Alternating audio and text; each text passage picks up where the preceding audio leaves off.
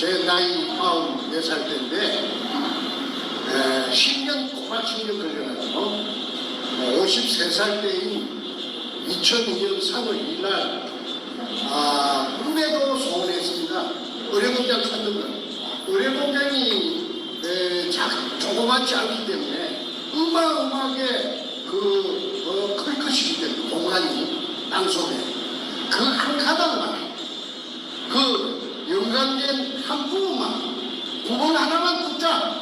그러면 그 구멍을 통해 내려가가지고 돌아다니고 아따따 날 것입니다.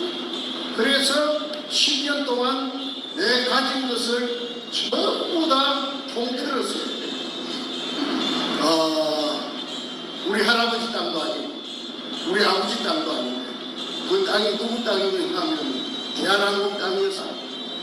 그런데 공하면 통한다고 하늘에서 길을 열어주더라고요. 그래서 우리 할아버지 땅도 아니고 아버지 땅도 아님에도 불구하고 그 땅에다가 소원대로 구멍을 하나 뚫었어요. 직경 60cm, 깊이 16m 안반층을 하루 만에 뚫어버렸어요. 기계가 워낙 좋은 기계가 있으니까 기계 설치하는데 조립하는데 한 이틀 걸린다는 것이 3일이 걸렸어요. 그런데 D-Day를 언제 잡았느냐 하면 3월 1일로 잡았어요. 왜냐하면 3일 전이죠. 3월 1일 공휴일이기 때문에 국가관공서, 경찰, 시청, 구청 다 놀기 때문에. 그러니까 시끄럽다고 기계 돌아가는 소음에 시끄럽다고 민원이 발생해도 경찰도 오기가 난처할 것이고 공무원도 오기가 난처할 것이라 하는 그게 감안했죠. 그래서 그 새벽부터서 기계가 들어와가지고 조립을 해주시는데 이틀 만에 조립이 다 되어버렸으면은 3월 1일 날 그냥 아침부터서 파버리면은 오후 한 5시경에 그냥 다 완성이 된다. 한두 시간만 하면은 완성이 된다. 왜 그러느냐 하면은 땅 속에 숨어 있는 그 물을 찾아내거든요. 그 MRI 같은 기계가. 그 기계가 한국에 들어온 지 불과 한 2~3달 됐을 적에 그 기계가 있는 걸 알았습니다. 그 기계가 어디 있느냐 하면은 대전의 배재대학이라고 대전 유성에 있어요. 그 배재대학교가 그 하와이의 그 기독교 교민들하고 자매 결연이 돼가 있대요. 그 이승만 대통령이 만든 학교가 배재학당 아닙니까? 그래서 그 좋은 기계가 들어오면은 세상에 나오면은 그 교민들이 기독교에서 사가지고 그 배재학당에 원조를 해준 거예요. 그래서 그 기계가 저 영주 우석사 무량수정 그 찾는데 동원된 걸 텔레비를 보고 제가 알았어요. 이야, 저런 기계가 있구나. 저 기계 같으면 내가 의료공장 찾는데 굉장한 소용이 되겠구나. 그래서 그 교수를 찾아가서 했더니 굴이 존재한다면은 대강 몇 미터에 존재한다고 보느냐 저한테 물어요. 그래서 바닷물의 그 조수 간만의 차이를 감안하면은 20m 지하 20m에 존재한다고 본다 했더니 그러면은 모래밭도 아니고 흙밭도 아니고 안반층이라면은 20m 안에 그 굴이 존재한다면은 100% 찾을 수가 있다. 99.9가 아니고 100% 찾아줄 수가 있다. 그 비용은 얼마 주면 되느냐 했더니 300만 원을 우체국에 계좌를 적어주면서 자동이체식이면은 입금이 되면은 자기가 자기 조수를 데리고 부산 현장에 가서 한번 답사를 하고 또 잡아가지고 기계가 오면은 한 2시간만 작업을 하면은 그 굴의 여부를 있다 없다 여부를 엑스처럼 MRI처럼 그 컴퓨터가 찾아낸다. 그러니까 컴퓨터가 찾아내니까 그거는 거짓말이 없다. 그래서 300만 원을 어렵게 구해가지고 그래가지고 줬더니 말하던 그대로 됐지. 그런데 그 며칠 후에 서울에 충무로의 대한극장 앞에 만나자고 해서 갔더니 데이터를 주는데 홈피터가 찾은 데이터를 주는데 땅 속에 낯선 굴이 하나 잡힌 겁니다. 18m. 아니 18m가 아니고 16m예요. 모든 굴은 바닥을 기준으로 하는 것이 아니고 천장을 기준으로 합니다. 지상으로부터. 근데 16m 밑에 굴이 딱 낯선 굴이 나타나는 겁니다. 그러면 낯선 굴이라는 것은 뭘 의미하느냐 하면은 일본 의뢰공장이 한 가닥을 의미합니다. 저한테 있어서. 제가 박정희 대통령 이발사에게 돈을 투자해가지고 계속 해나왔기 때문에 그 근처에 대해서 내가 알거든. 기본 상식이 완전히 습득대가 있으니까 이거 일본 의뢰공장이 맞다. 그 다음에 이제 구경을 떨어야 됩니다. 그래서 이제 땅 주인이 하늘에서 아까 저한테 기회를 준다고 했던 것처럼 97년도에 IMF가 왔어요. 그래가지고 이 재벌들의 군살빼기, 그걸 어려운 말로 말하면은 BIS, 자기 자본 비율 맞추는 겁니다. 은행에 빚을 갖고 군살빼기, 쓸데없는 재산을 빨리빨리 팔아라. 그래가지고 그 땅 약 500평이 대한항공이 가지고 있다가 민간업자, 홀업자, 건축 폐기물 처리업자, 그게 정확합니다. 처리업자 두 몸에게 공동으로 평당 80만 원씩에 알려버렸어요. 그래서 이제 그러면 그 다음부터 제가 불안합니다. 마음이 불안합니다. 왜냐하면은 이 민간업자들이 제가 알고 있는 학습이 된 정보를 조금이라도 캐치했다면은 자기 땅에 자기 파버리고 나는 10년 세월에 닭 쫓던 게 개꼴이 되지. 닭 쫓던 개꼴이 되지. 그래서 안절부절하고 있는데, 그러니까 만나가지고. 이제 부산 사람들은 의뢰공장의 어떤 전설처럼 어릴 때부터 의뢰공장하고 그 다음에 보물이 그 속에 있다는 말을 어릴 때부터 싹 듣고 자랐어요. 그래서 100% 부정하는 건 없습니다. 의뢰공장도 존재하고 있고 어딘가는 모르지만 그 다음에 그 속에 애놈들이 보물을 숨겨놨더라는 등 그런 말이 아주 민간에 팽배해 갖고 있습니다.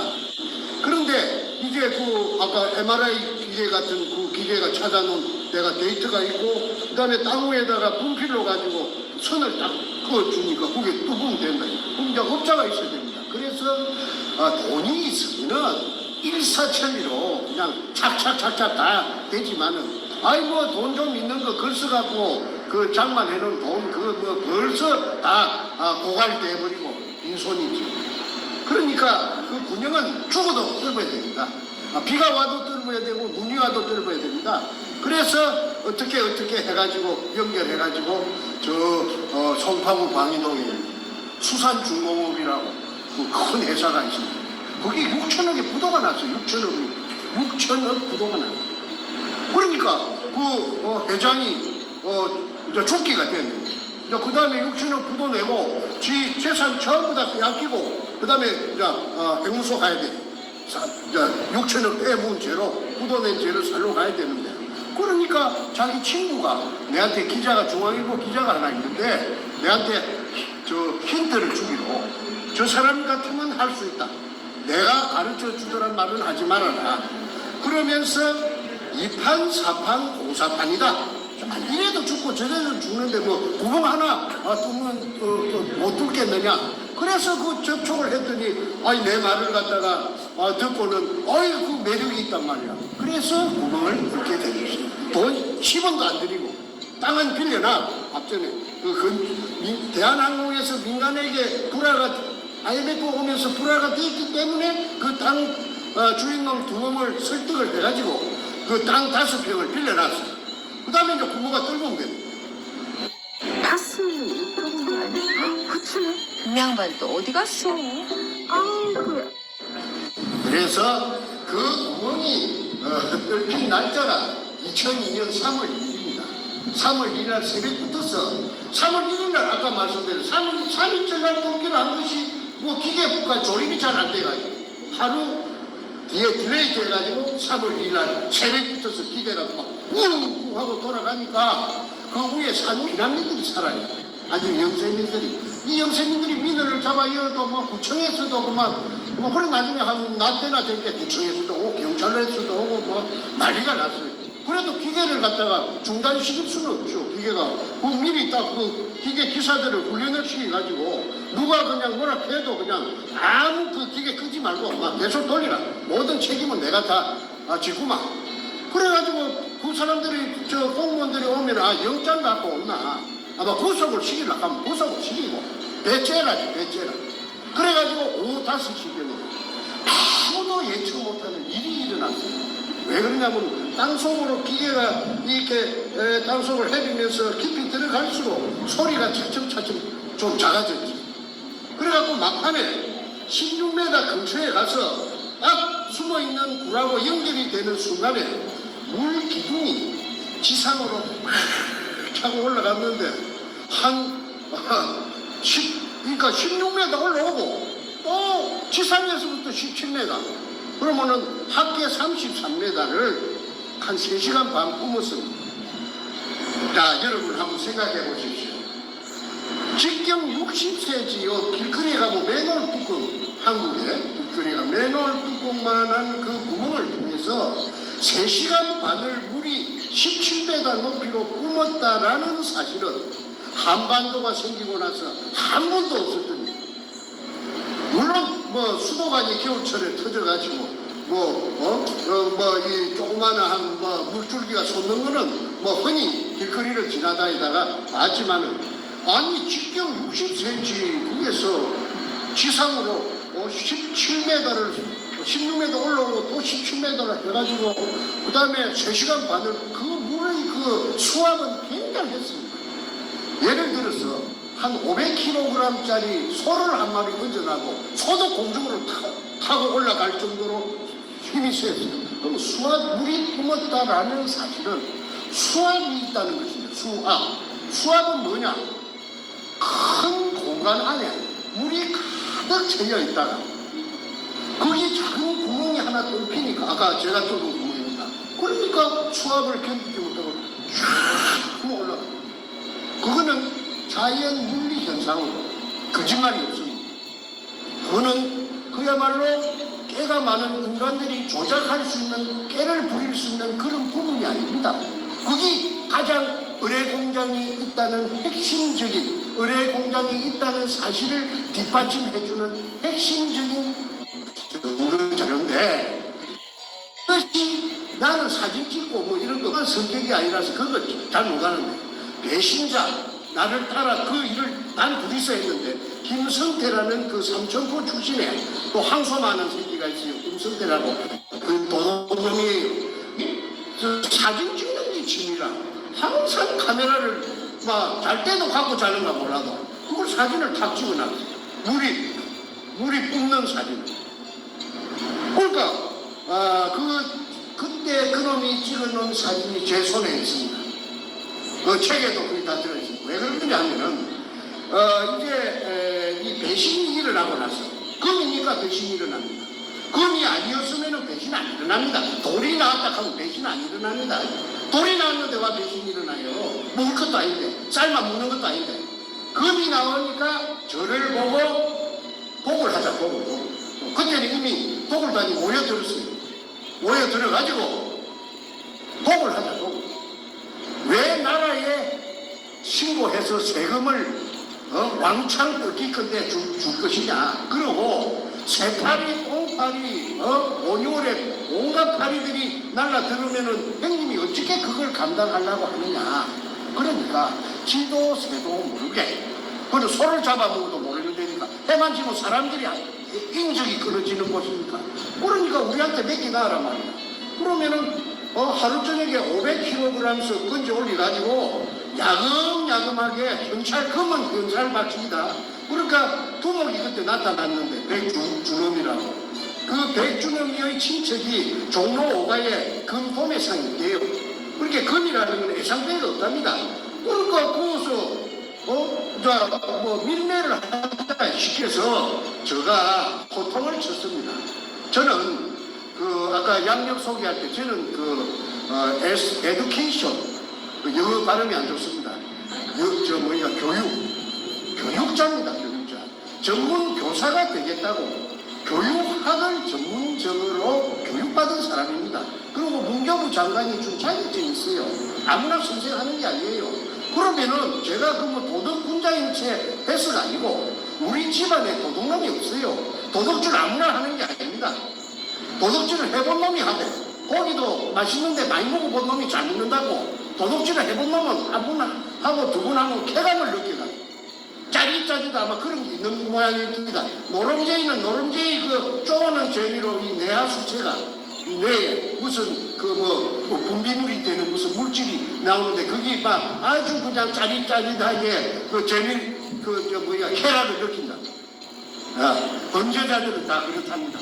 그런데 나는 도둑놈이 아니거든. 그러고 나는 아들 하나가 있고 딸 하나가 있는데 내 각시도 선생이고 부부교사를 했어. 내 교대 내 3년 후배입니다. 그 다음에 내 아들은 그때 서울 법대 2학년이고 딸도 법대 나중에 결국은 이화여대에 가서 둘이 다 지금 변호사를 하고 있습니다. 수도권에서. 그런데 아이 그 아들이 법조인이 될 아들인데 내가 만약에 그 말을 승낙했다면은 내가 아이 잘 먹고 잘 살고 어마어마한 부자가 됐더라도 마음이 한 시간인들 내 마음이 편하겠는가? 나 그 생각이 먼저 나더라고. 아니 그러면 부자 안 되고 마음 편한 게 낫지. 부자 돼갖고 맨날 쇠고랑이 어디서 날라올지 몰라갖고 오마조마하게 살 필요는 없기 때문에 그러고 소득이 있는 곳에서는 세금 내야 됩니다. 세금을 내야 나라가 돌아가지. 그리고 불쌍한 사람들한테 혜택이 가지요. 그래서 당연히 법치국가니까 법에 정한 대로 세금 내야 된다. 이래가지고 제가 팽을 당했어요. 그러면은 도굴단들이 그 배운 아이들이 아닙니다. 그 백주름이 그 여의도 고등학교 출신이에요. 58년생. 그럼 걔들은 뭐냐면 군형을 내가 파놓고 난 뒤에 나타나야 돼. 왜 내가 군형 파놨는데 그 뒤늦게 나타나가지고 부추겨가지고 그 정권하고 전목이 됐어요. 노무현의 정권하고 노무현의 정권하고 참여 정부하고 그래가지고 정권의 그 하수인이 누구냐 노무현이 직속 행동대장입니다. 문재인이가 그때 시민사회 수석하다가 나중에 민정수석이 됐죠. 민정수석은요 경찰력, 검찰력 그 공권력을 다 커버치고 있습니다. 지 마음대로 조정합니다. 그래가지고 저를 2002년 3월 2일날 그 금을 찾아내고 그 산더미 같은 금을 찾아냈음에도 불구하고 2005년 9월 6일날 제가 구속됐어요. 구속된 제목이 뭐냐면 사기꾼입니다. 사기죄입니다. 사기죄. 그러면 내가 그 사기죄 전과가 하나도 없는데 사기도 처음 놈이 처음으로 생전 처음 치는 놈이 그러고 금이 나왔을 게 나왔다 그제 안 나왔는데 금이 나왔다 해갖고 내가 얻을 게 무엇이 있습니까? 그런데 사기죄는 걸리기는 어찌 걸리느냐 하면 들어주가 없으니까 그 내 꼴망이 그 아까 3,000번 넣은 그 놈이 여기저기서 농구하는 선수라요. 여기저기서 10배 준다고 1억 태우면은 나중에 성공하면 10억 준다고 이래갖고 내 써준 죄는 있어요. 그런데 그게 전체 토탈 액수가 2억 1,500만 원이에요.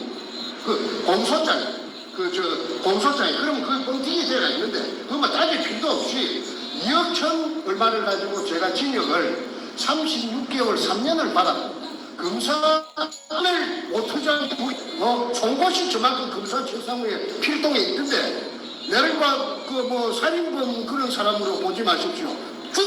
죽여도 분이 안 풀리죠. 뭘로 투자 풀려고 그랬어요. 그런데 앞전에도 댓글에 무슨 방송에서 그런 흉측한 말을 하느냐. 그 사람들은요 이 내막을 모르고 지 입장에서 하는 말입니다.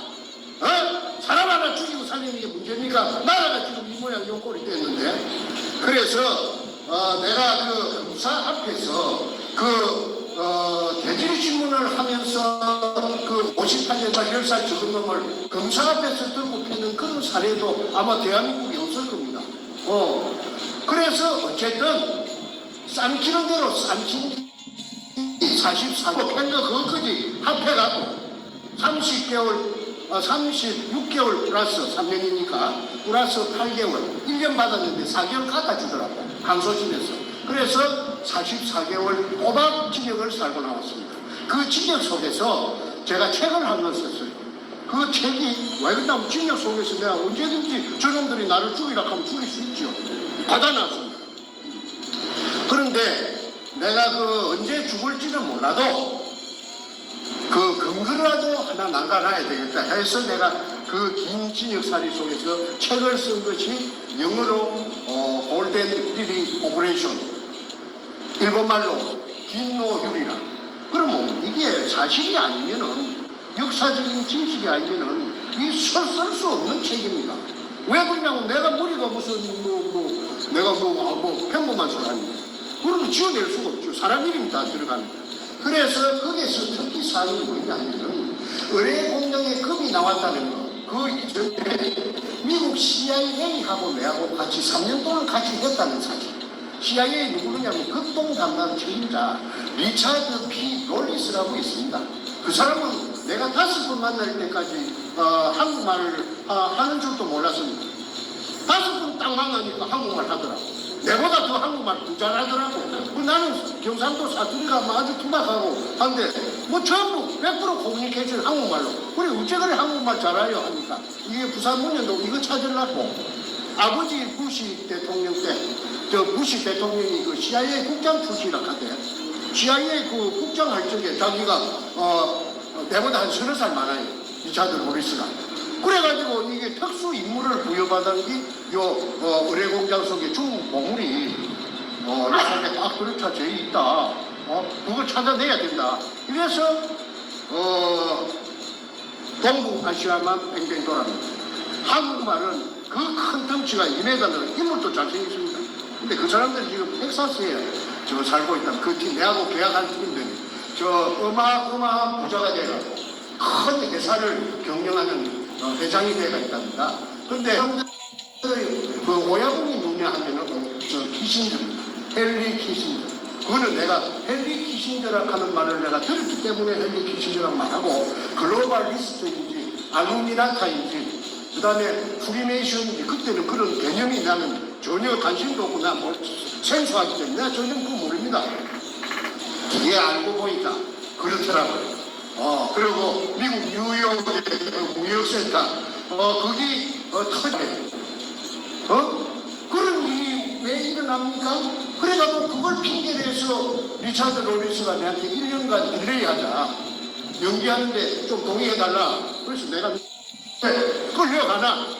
50-50으로,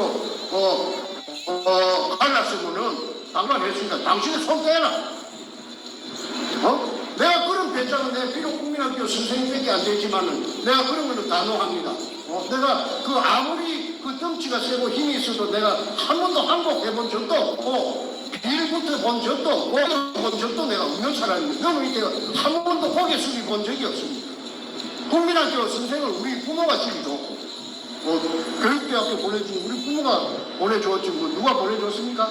자, 그래서 미국은 손을 뜨기 만들고 50이 미국 몫으로 가야 되는데 9.11 핑계로 해서 1년간 딜레이 해달라고 하는 것을 내가 해약을 갖다가 원천무효로 시키고 그 다음에 100%를 전부 다 한국에 찾아내면 한국에 전부 몫이 되도록 한 거 아닙니까? 그런 애국자가 어디 있습니까? 내 자아자찬하는 게 아니고 그게 만약에 사실이라고 하면 미국으로 50%가 가야 될지 내가 못 가게 내가 배짱을 가지고 내가 중간해버렸습니까?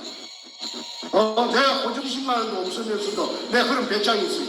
그래서 내가 그런 과정이 있었기 때문에 그 다음 해인 2002년 3월 1일 날 그런 혼자 독자적으로 찾아낼 수 있는 그런 엄청난 개가를 벌입니다. 만세입니다. 그런데 왜 이건 똑같이 있었던 것처럼 배신이 일어나고 고불단들이 모여들어가고 국가에서 또 허가내는 것처럼 허가받은 것처럼 그러니까 뭐 지혜받고 이렇게 하나 이 도둑놈들이 설치고 땅 주인을 끌어들이고 난리굿을 칩니다. 이거 내가 멍청해갖고 이게 무슨 이런 일이 있는가? 청와대 그 당시에 청와대 우리가 여성 담당 비서관이 낙균이라 하는 민주당 최고위원 인간 최고위원회 친자매가 아닌 신필구이라고 48년생인데 독일 박사랍니다. 전문가이랍니다.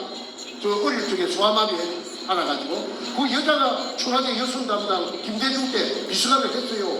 2002년 그 봄에 일입니다.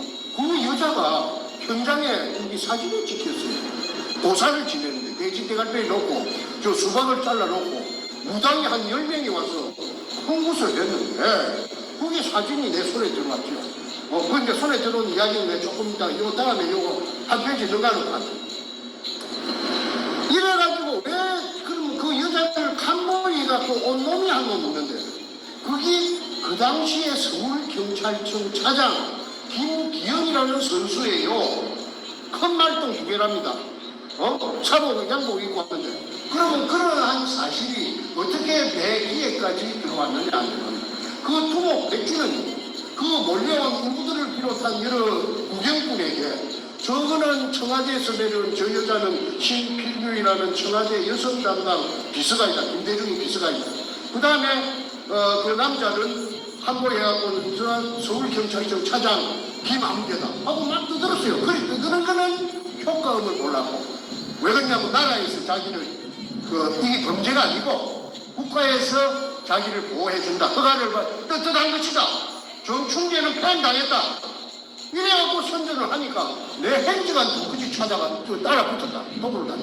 그거는 도굴단의 모든 서류가 2차에 걸쳐서 내 손에 다 옵니다. 내부 문건이. 그래서 내가 거기에 보고 내가 알았죠. 아니 깜짝 놀랄 일이죠. 내 행정관들은요. 그 앞에서는요. 행정관도 소용없어. 내가 그 집에 큰아들인데 이 두놈의 새끼가 그렇지 한 놈은 지금 진영 살고 있어요. 신가통 들고 들어갔던 놈이 그 내 죄입니다. 지금 나이가 61살이거든요. 이야기를 앞전에 그 방송을 팬TV에서 여러 번 했기 때문에 세시한 그런 이야기는 안 하겠습니다.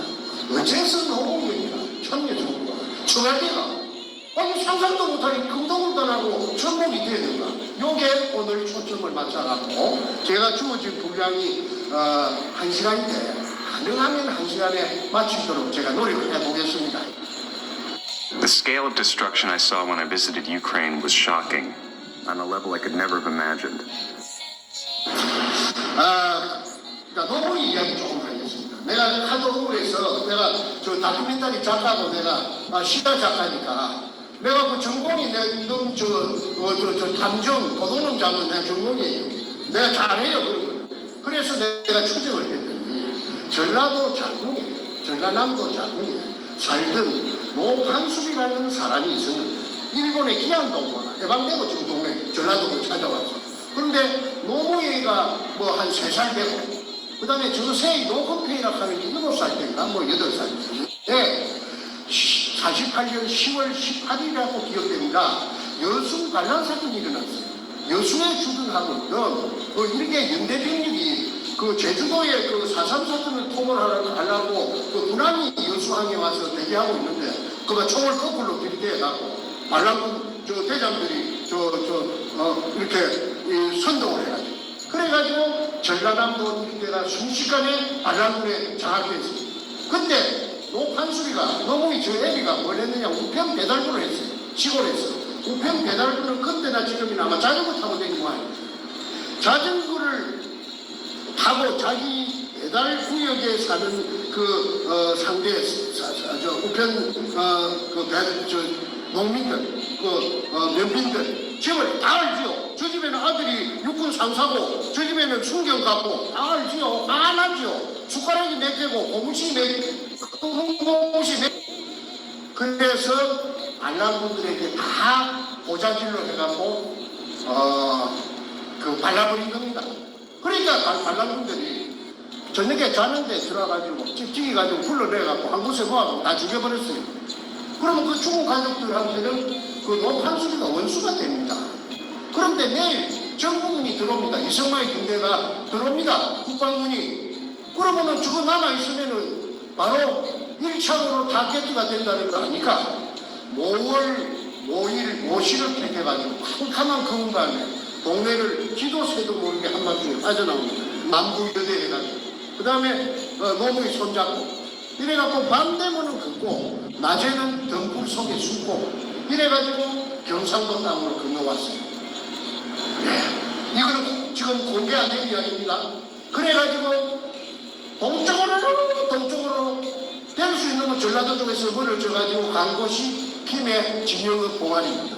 봉화리는 뭐 하는 동네냐 하면은 봉수대가 있더만. 봉수대가 옛날에 대구의 임금님한테 전달하는 통신수단이 봉수불 피우는 거 아닙니까? 그 봉쇄 바위 위에가 그쪽에 평야지대인데 그 모풀산이 그게 봉수. 그걸 그거 피우는 봉화 피우는 밑에 동네라고 봉화리입니다. 진영은 봉화리. 그런데 거기에가 역전거리라는 하발마를 피우고 하발마가 교통수단이 없으니까 서울까지 전달하는 말이 지치면은 말 그게 단단하고 또 세 마리 힘이 좋은 말로 바다흑기나 경상도 쪽에는 형들이 그 동네 후에 와서 산다고 그러면은 그거 못 살게 합니다. 아주 터세가 셉니다. 아주 비난하고 가난했던 모양이에요. 그런데 부산 상고를 가죠. 부산 상고는 학교가 좋은 학교입니다. 부산고등학교, 경남고등학교, 다음에는 부산 상고입니다. 머리가 나쁘면 못 들어갔어요. 그런데 은행원이 되는 게 목적입니다. 고등학교 학벌이 최후의 학벌이 부산 상고 조입니다.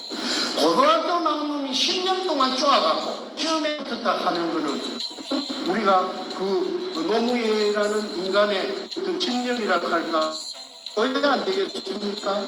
그래서 대전지법의 판사가 됐는데 관리를 1년 정도 하다가 사퇴를 했어요. 월급이 쫓겨나니까 그 대식구들을 이게 살릴 길이 없어요. 그래서 부산 내려가고 변호사를 하면서 문재인하고 만난 겁니다. 그래서 문재인은 말하자면은 노무현의 영원한 꼴만입니다. 오보. 그런데 재밌는 이야기가 노무현이가 세상의 그 친구들에게 또는 기자들에게 공개한 적이 있습니다. 무슨 문장처럼. 그게 지금 내가 들려드리는 이 말씀이 노무현이가 어떤 인간인가 하는 것을 이 계산해 보는데, 자료제해 보는데 큰 도움이 됩니다. 왜냐하면 노무현 집이 찌개찌개 가난하니까 노건평이하고 같이 민원을 했어요. 행지가 야, 형아, 우리 가정 형편이 이미 가난해가 되겠다. 좀 우리도 형편이 좀 풀려야 될까 아이가? 그래 맞다. 그거 어째야 되겠노? 그러니까 그러지 말고 우리 뒤에 산이 좀 있잖아. 그 산에 감나무를 좀 심자. 땅감이 유명합니다. 아마 땅감이 한국에서는 제일 유명합니다. 진영땅. 그래서 영어를 그럼 사야 되는데 너로 살 돈이 어디 있노? 내가 책임질게. 형님은 내가 따라붙어라. 해가지고 어느 날 밤에 김해 임업시험장이라고 합니다. 그건 국가기관입니다. 모목 기부는데 임업시험장. 그 철조망 다 해놨어요. 담이 있던데 철조망이. 그걸 절단하고 그게 침입합니다. 야간에. 그래갖고 지입으로 100개. 원한들에 훔쳐가지고 갖고 와가지고 가수 그 산에다가 심어갖고 그게 실제로 그 몇 년 후에 그 가게에 큰 도움이 되었다고 스스로 이야기합니다. 자, 그 이야기 때가 하나 다 소개했습니다. 그러면 그것이 현행법으로 따진다면 특수절도 이 야간에 밤에 절단하고 침입해갖고 국가 물건을 훔쳐갔으니까 그 예사로운 일이 아니죠. 그 엄연한 범죄이죠. 도둑질이죠. 도둑질은 아까 제가 서두에 말씀드린 대로 아무나 하는 게 아닙니다. 도둑은 남의 주민의 눈을 피해 슬쩍 훔치는 걸 도둑절도라고 절도죄입니다. 그런데 자기 입으로 스스로 군장처럼 그 백주가 작은 거 아닙니까? 그 백주나 되는 묘목을 애터지 키우는 묘목을 훔쳐다가 자기 산에다가 가수원을 조성할 정도의 갈등을 갖고 있는 놈이라 하면은 그거는 정상적인 인간은 아니라고 밖에 볼 수가 없습니다. 아무리 예쁘게 범죄한 거는 없어지지는 않았죠. 그게 어떻게 주계로 글씨를 쓴 걸 지어도 이렇게 하면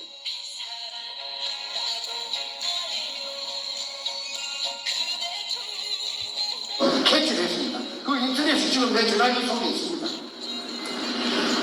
그 작은 이야기가 뭘 의미하느냐 하면은 문재인이라 아니 노무현이라 하는 그 작자의 그 아이덴티티 정체성을 나타낸다고 저는 여러분에게 소개를 드립니다. 이 방송이 지금 전 세계 나가는 거니까 내가 거짓말하면 안 되죠. 내가 책임질 만할 이야기하죠. 그런데 작은 살 버릇이 여덟 끝이 가자. 우리 한국에서 한국인의 피를 받아갖고 성장한 사람들이라면은 전부 그 말을 세살 버릇 여덟 끝이 간다는 거 모르는 사람은 없을 테고 하늘 보듯이 소도는 된다. 그 틀렸죠. 열어가지고 기라봤지만도 도둑놈들하고 지도 너 커서 큰 도둑은 조세영이 같은 거 그런 거 돼. 그런 부모는 아마 저는 없을 것이라고 봅니다. 그런데 도둑은 타고납니다. 그래서 그 새끼가 도둑놈이 그 판사가 되고 또 변호사가 돼갖고 내가 다큐멘터리 작가로서 실화 작가로서 내가 스스로 찾아내야지. 그 정보를 찾아내갖고 발로 갖고 뛰댕기면서 동쪽 서쪽 남쪽으로 뛰댕기면서 박정희 대통령 이발사를 만났고 그 이발사가 그 이전에 그저 운영을 하고 있는데 내가 거기에 돈을 3억을 투자를 해가지고 100분의 힘을 받고 근데 그 사람은 희망이 없어요. 그 사람 하는 짓이 틀려먹었어요. 무식해서. 그래서 내가 독자적으로 대한항공땅에다가 그게 IMF 97년도 IMF 오는 바람에 5평을 빌려가지고 구멍을 뚫어서 그 구멍이 금구멍이라 일본 글자 세자가 깊이가 있는 이등추 일본말로 이도추라 하는 그 글자가 찍혀가 있는 향토색 마다리 속에 중국에서 돈처럼 쓰던 50g짜리, 250g짜리, 500g짜리 금화가 아니고 금편. 금편이 잠수함 26척에 실려요. 잠수함 26척에 실려갖고 1차 왔다는 말을 내 리차드 로리스한테 들었어요. 미국 CIA가 장난하는 데 아닙니다. 세계에서 최고의 정보망을 갖고 있고 그 사람들은 내가 한 3년 겪어보니까 그 사람들은 어려운 사람들이 아니라 빈틈이 깨미 군형만큼도 빈틈이 없는 사람들이에요. 아주 친해요. 사람 말을 믿고 그래 믿어줄게 그거 아닙니다. 자기네들이 전부 그 말을 또 검증을 해요. 이 말이 틀리는 말인가 맞는 말인가를 샅샅이 검증하는 것이 미국이라 하는 걸 내가 그때 세상에서 처음 겪어본 그 미국 CIA를 통해서 그래서 CIA를 내가 팀감해버렸어요. 그래서 했는데 그 다음 도둑놈이 나타난 것이 한국의 대통령이 도둑놈이 돼가지고 그놈이 쉽게 말해서 이인규라는 대검 중수부장한테 붙들려 갔다가 와서 돈통이 나사지 보니까 꼬롱이 나는 시간 문제니까 그날 저녁에 그만 저거 꼴마이 문재인이가 그만 없애버려.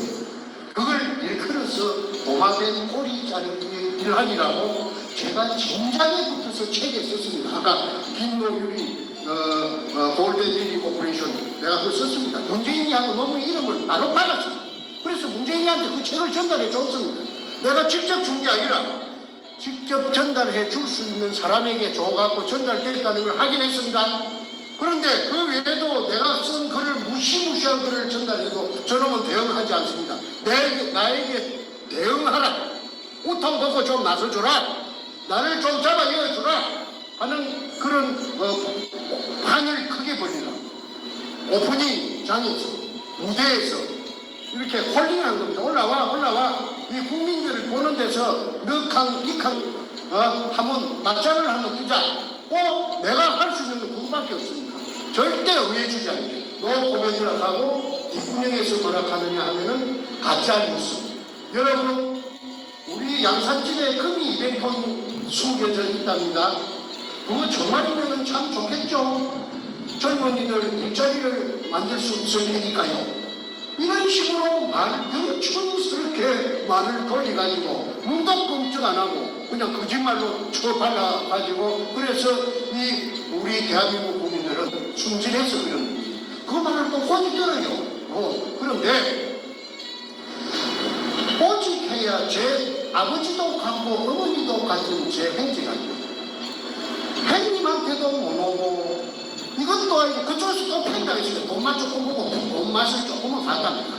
했는데 오죽해야 저 세상에 알린다고 신라통을 가고 문재인의 그 사상 지역구 사무실에 들어가서 인지기록을 벌렸겠습니다. 그거는 도로로 난 그 유리창을 깨고 그 준비해갖고 가는 그 브레이크카드를 세로로 붙이는데 그게 인터넷에 나옵니다. 지금도 나옵니다. 문현동 금도구리 종착지 노무현을 아니 문재인을 즉각 구속 수사하라. 그 나옵니다. 전국에 오전 10시부터서 밤 12시까지 계속 모든 방송이 전부 이것만 했습니다.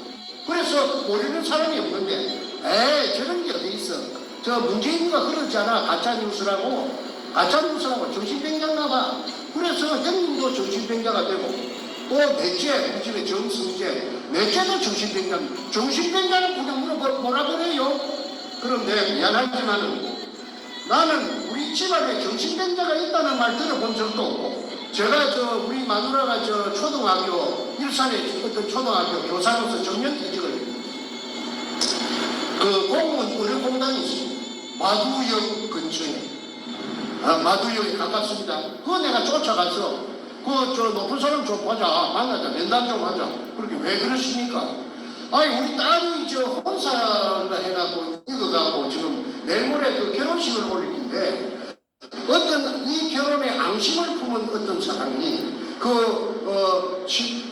신랑 아버지한테 신부의 아버지가 정신병자라고 고치다리를 쳐가지고 이 혼사가 지금 위기에 지겠는데 위기에 봉착했는데 아니 나는 정신병원에 한 번도 간 적이 없기 때문에 내가 병원 약국 댕긴 거 전부 다 이 공단이 생긴 것부터서 전부 다 좀 떼줄 수 없어.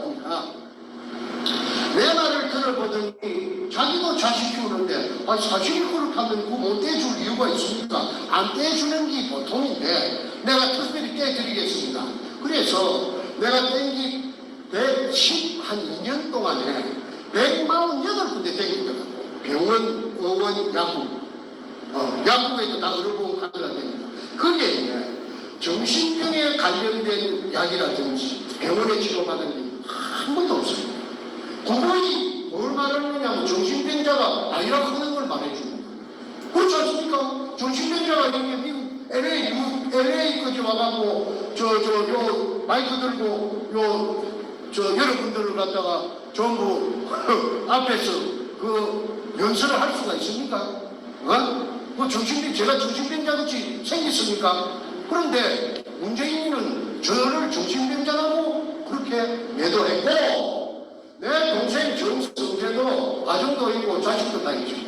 그 젊을 때 건투 선수입니다. 서울에서. 내가 건투를 내가 시켰지. 그것도 정신병자. 그래서 저놈이 그랬는데 내가 억울해서 이거 저녁에 자다가 하면서 일어나면 멍청해하고 잠을 못 잡니다.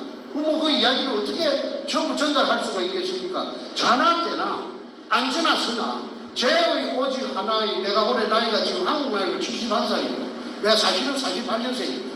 호적에 49년대.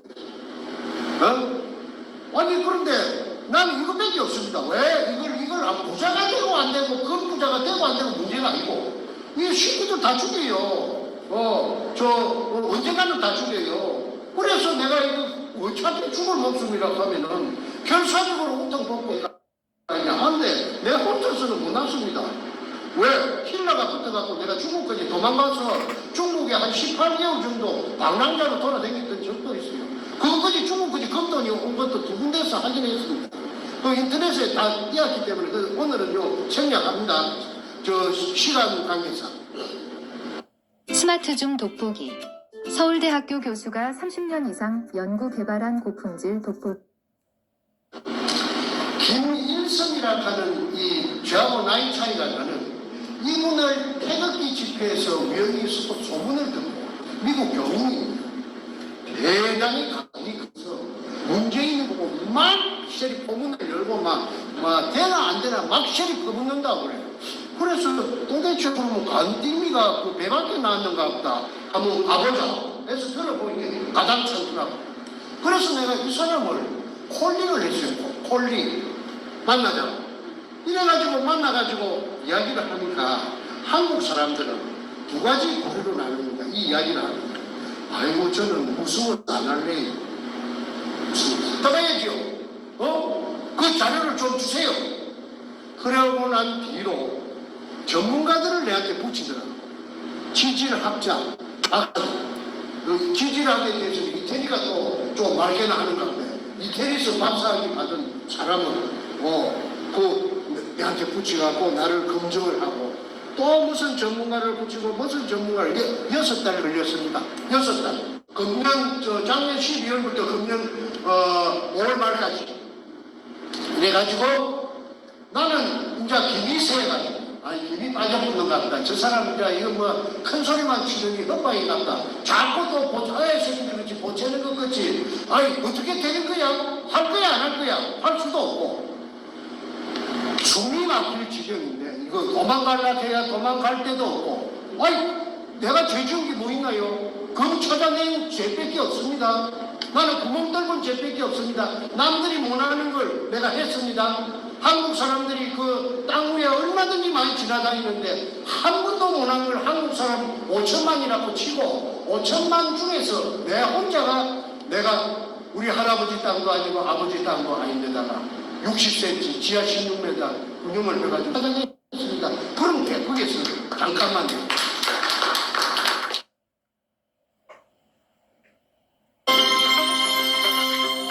문이라고 하는 놈이 결제 책상에서 무언가 결제를 하고 있고 그 옆에 그가 임명한 민주주의 인민민주주의 3.0 간첩 총독 문재인과 부동자세로 서 있는 모습입니다.